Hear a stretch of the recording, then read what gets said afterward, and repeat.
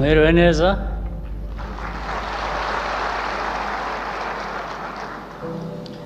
Ijambo ry'impamba ngira ngo riraba rigufi. Ni ugushyira hamwe mu magambo make ibyo tumaze iminsi tuganira,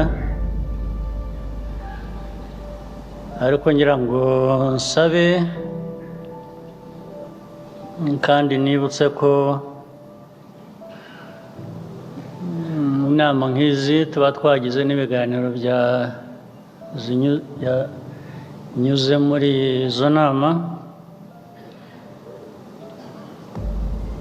ntibikabe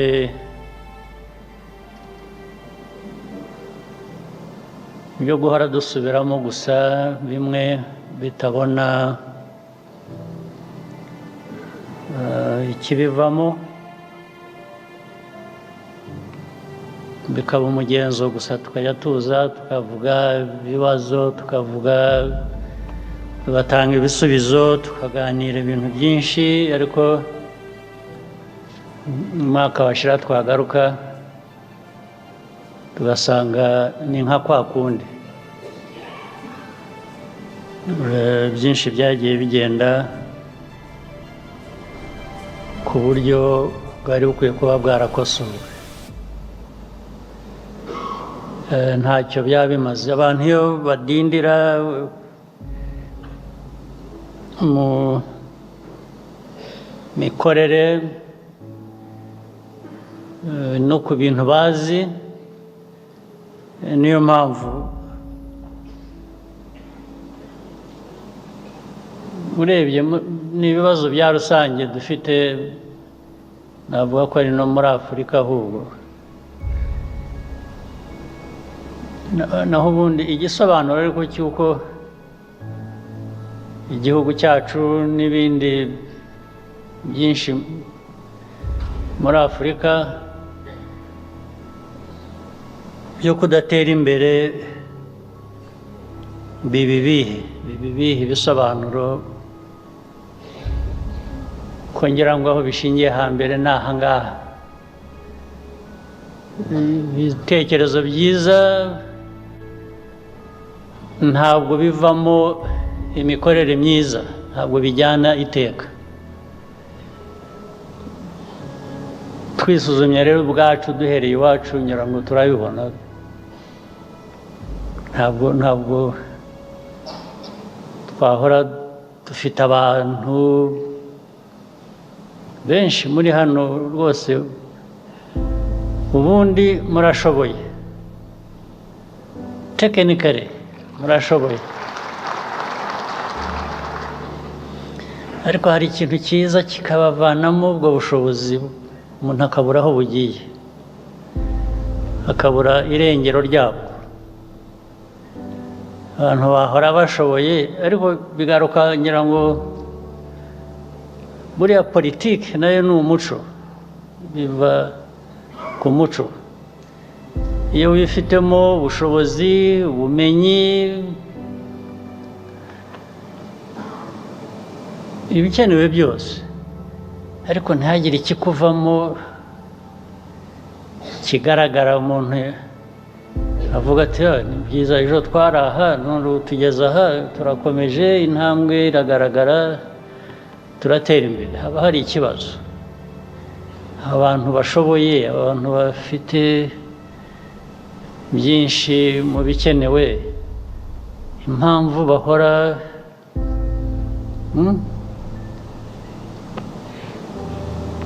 badatera imbere. Uyu mugabane wacu wa Afurika, indwara iwurimo ni iyihe? Hari ubwo tuzajya twifashisha wenda, kandi bifite ishingiro, hari ubwo twifashisha ko abaduteye ibibazo na kera kose bakidukurikirana bagashaka uburyo niyo babonye ushoboye uriho ugerageza gutera intambwe, baraza bakamucubya. Bafite uburyo bwinshi babikoramo, ntunabibone ngo ubimenye ko ari byo, ariko baragucubya, bahora They're always checking you and putting you in what they call your right place. Your right place should be there. And hatishe, hadakijije, rimwe na rimwe bakugirira imbabazi bakaza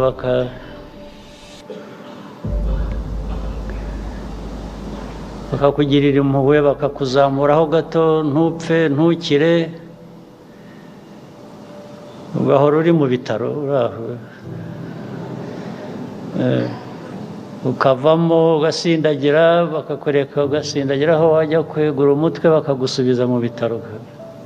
Niko Afurika ibaye rwose. Urebe hirya no hino uzabibona. Ariko nubwo ariko bibaye, abo ngabo wabashyiraho urubanza, wavuga uko bameze, wagira ute, ariko kuzi ko bitazahinduka cyangwa bidahinduka, ubyemerera iki? We washyizeho uburyo bwawe ukoreraho ukagera ku cyo ushaka. Icyo tubuza ni iki? Tuzahora amateka yabaye, tujya mu igihe cya slave trade, tukavamo tukajya mu colonial times. We can't keep referring to that as our problem. That is so how about now? What is it now that prevents us doing what we ought to? Ni iki mwe rwose mutahanye iki mu mutwe iyo mwibaza ibyo? Ariko mwabyumvise, mwabibonye. Iyo uraho dusubiramo ibintu inzego zashyizweho zishinzwe kugira gutya gufasha ariko ntizibikora. Umwana agahaguruka, umukobwa hariya bahagurutse ati sinzi aho kujya cyangwa ndahajya, bakambwira ngo ningire ntya. Erega ibyo ni ukuri baraturindagije nyine, natwe turemera turarindagira. Ubu turindindagiza ni ukwirirwa kandi twifitemo ubushobozi da. Twifitemo ubushobozi, ibintu byose turabyumva, ibibazo inkomoko zabyo turazizi, inkomoko turazizi, ibibazo turabizi, ndetse n'ibisubizo. Ariko hagati aho tukarindagira, tukirindagiza. Ejo bakubaza ikibazo kikaba amateka, kikaba abantu baza bakakugirira nabi cyangwa bakakugira bati wemerera iki se? Umuntu aragusanga mu rugo rwawe, mu burenganzira bwawe, akakurindagiza ukemera, warangiza uwakurindagije wibwira ko ari we kibazo. Ikibazo ni wowe wemera kurindagira.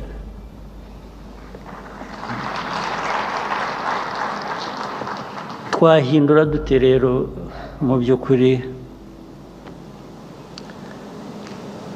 imico yacu, ingendo yacu, ingiro yacu, byose ko tubizi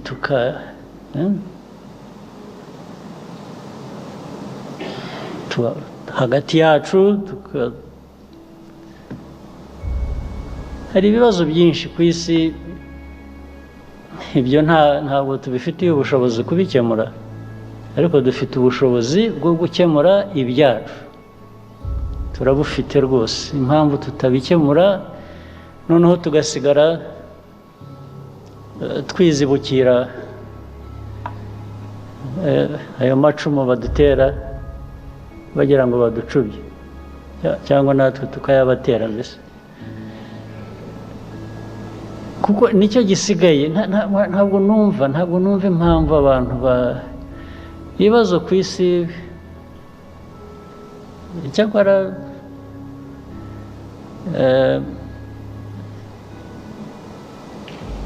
Imana abantu bakunze kuvuga n'iki, abandi bajyaho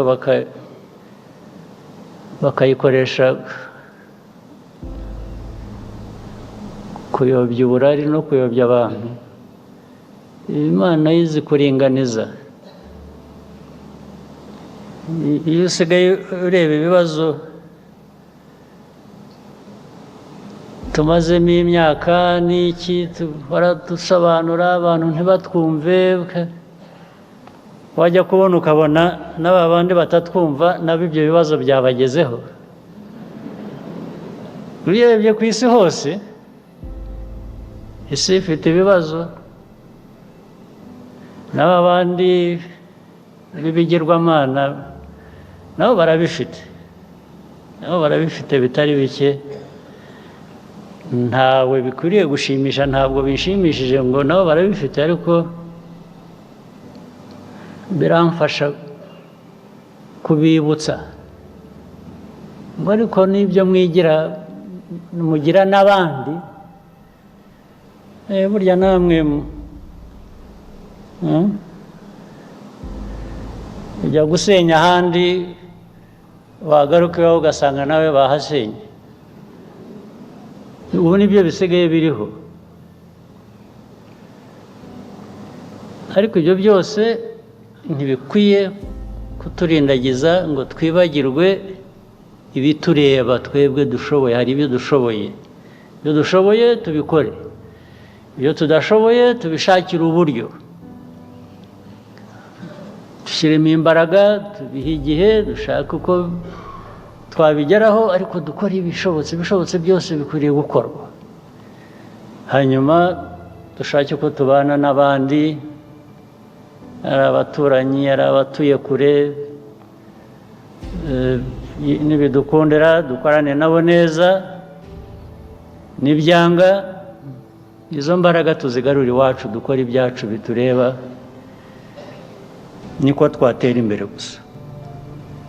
Ibi rero ntabwo bikwiriye kuba amagambo ya buri munsi, ya buri gihe, ahubwo ayo magambo, ibivugwa, ibiganirwa hano bikwiriye kuvamo ibikorwa bigaragara ko dutera imbere. Hanyuma hagati yacu tukajya tubishakira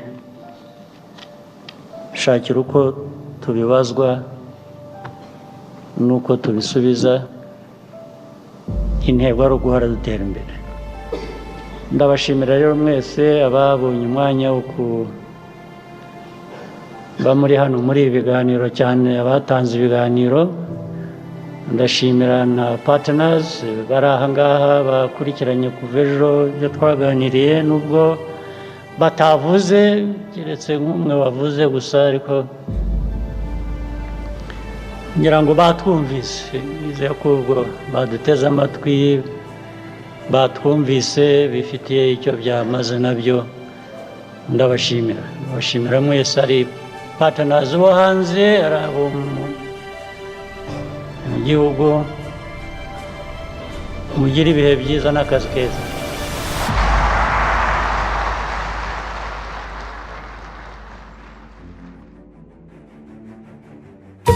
Umva ngufitiye amakuru meza cyane kandi ashimishije. Ngwino muri iFix Technology Limited maze tuguhe product zose za Apple waba ukeneye, harimo machine, telefone, amasaha n'ibindi byose. Uretse kubiguhera ku giciro cyiza, muri iFix tuzakugira inama nziza zo kubyitaho, kandi nibinahura n'ikibazo tuzagufasha byoroshye kubisana. N'ibindi bikoresho byose electronique ukeneye biri hanze y'igihugu tugufasha kubitumiza maze bikakugeraho mu buryo bworoshye. Ibijyanye na CCTV cameras ku mutekano wawe, aho ukorera cyangwa se aho utuye, ibi nabyo tuzabigukorera mu buryo bworoshye. Tugurisha imodoka ndetse tunagufasha kuba zakugeraho uri hose byihuse. Dusure kuri wa eshatu /ifix/ra na wa